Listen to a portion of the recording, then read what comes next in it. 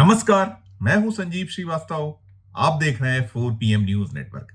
मित्रों, उपराष्ट्रपति और राज्यसभा के सभापति जगदीप धनखड़ साहब ने जो न्यायपालिका पर हमला बोला है, वो मसला अभी भी ठंडा होने का नाम नहीं ले रहा और हम कह सकते हैं कि पूरे के पूरे मामले ने तूल पकड़ा हुआ है।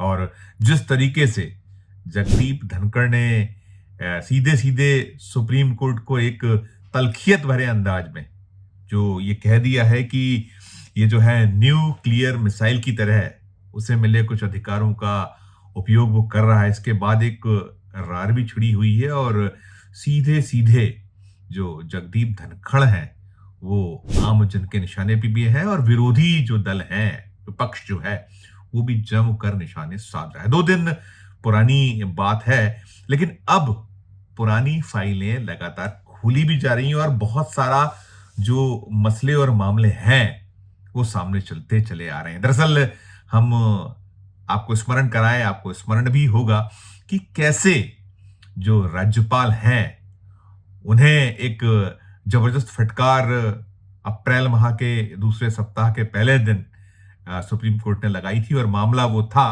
तमिलनाडु की जो सरकार है वो सुप्रीम कोर्ट पहुंची हुई थी और वहां जो विधेयक हैं, बहुत महत्वपूर्ण जो बिल्स आते हैं राज्य की विधानसभा में, उसके बाद उसको कानून का जो रूप तब दिए मिल पाता है जब राज्यपालों के हस्ताक्षर होते हैं वो, और इसके बाद जो राष्ट्रपति से अनुमति मिलती है। तो जो स्थितियां हैं, जब राज्यपाल नहीं उन बिलों को साइन कर रहे हैं, नहीं हो रहे हैं, तो मामला फंसा हुआ। तो ये मैं केवल तमिलनाडु नहीं, मैंने जो राज्यपालों की बात की, बहुत सारे ऐसे राज्य हैं जहां गैर भारतीय जनता पार्टी या जो एनडीए अलायंस है उससे इतर सरकारें, वहां जो राज्यपालों का रुख है, राज्यपालों का रवैया है, वो बीते लंबे वक्त से, और ऐसा नहीं है कि पहली बार हो, ये मोदी जी की जो सरकार है, बीते लगभग 11 वर्ष अब हो जाएंगे इस सरकार को। 2 टेन्योर उनके 2014 से 19 और 19 से 24 रहा और उसके बाद 24 के बाद से पुनः अब सरकार में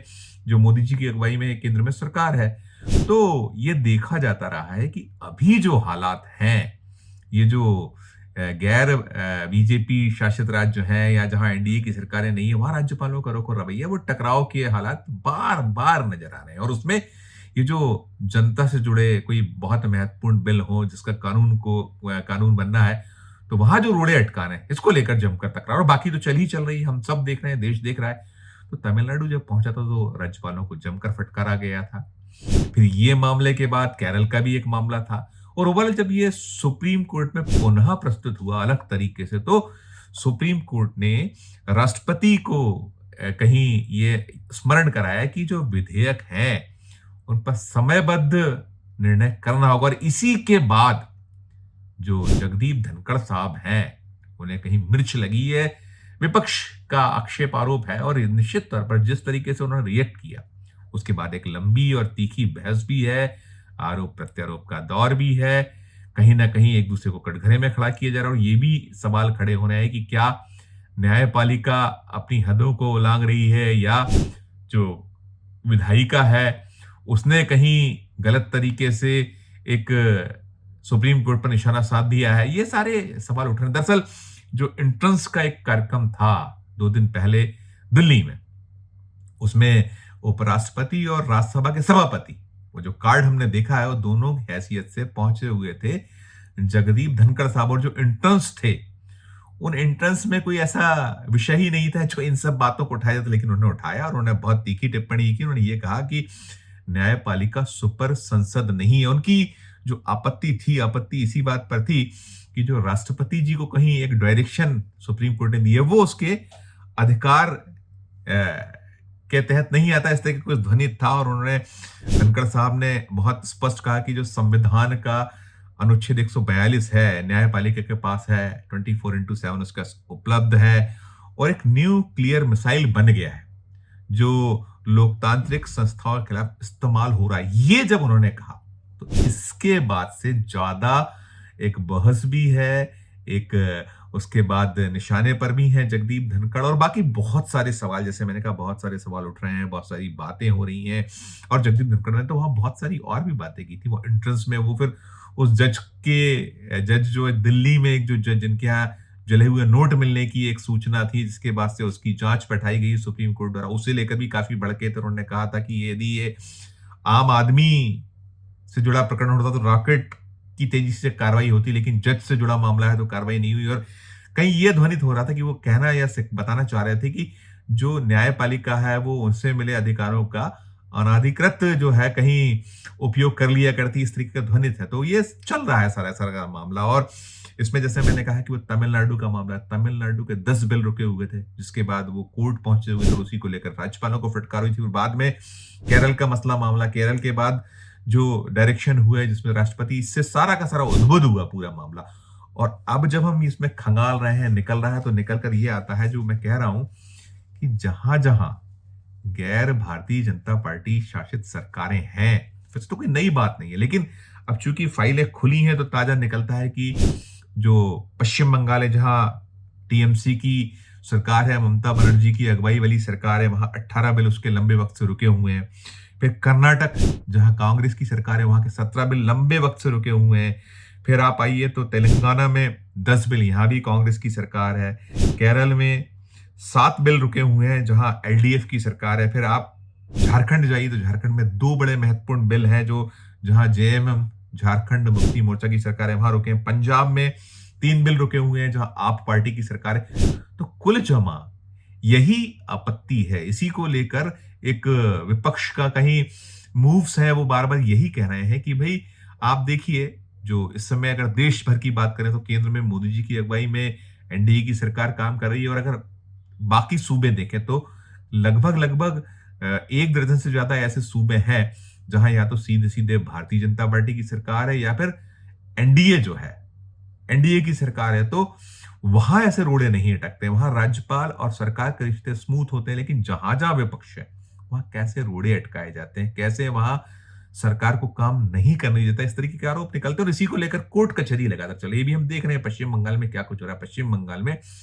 मुर्शिदाबाद, मालदा में जिस तरीके से हिंसा की घटना है, हमने इसको रिपोर्ट किया और कहा भी है कि हिंसा किसी भी सूरत में बिल्कुल भी बर्दाश्त योग्य नहीं होना चाहिए। उसको लेकर जो कुछ एक्शंस होना चाहिए होना चाहिए, लेकिन राजनीति जिस तरीके से होती है, हम देखते हैं कि जब मणिपुर जल रहा है तो मणिपुर जलने पर कोई नहीं पहुंचा था, लंबे वक्त तक जलता रहा, सैकड़ों वहां मौतें हुई और बहुत बड़े बड़े घटनाक्रम हुए। लेकिन ना तो प्रधानमंत्री जी ने वक्तव्य दिया, ना राष्ट्रपति जी की ओर से कोई वक्तव्य निकल कर आया या चिंता जाहिर की गई, ना जैसे यहां है अभी पश्चिम बंगाल की जो मैं बात करूं, पश्चिम बंगाल में उस मुर्शिदाबाद में आज ही जब मैं वीडियो बना रहा हूं, अब से कुछ घंटों पहले पहुंचे हुए थे जो राज्यपाल महोदय हैं वहां के, उनको कहा भी किया था सरकार द्वारा।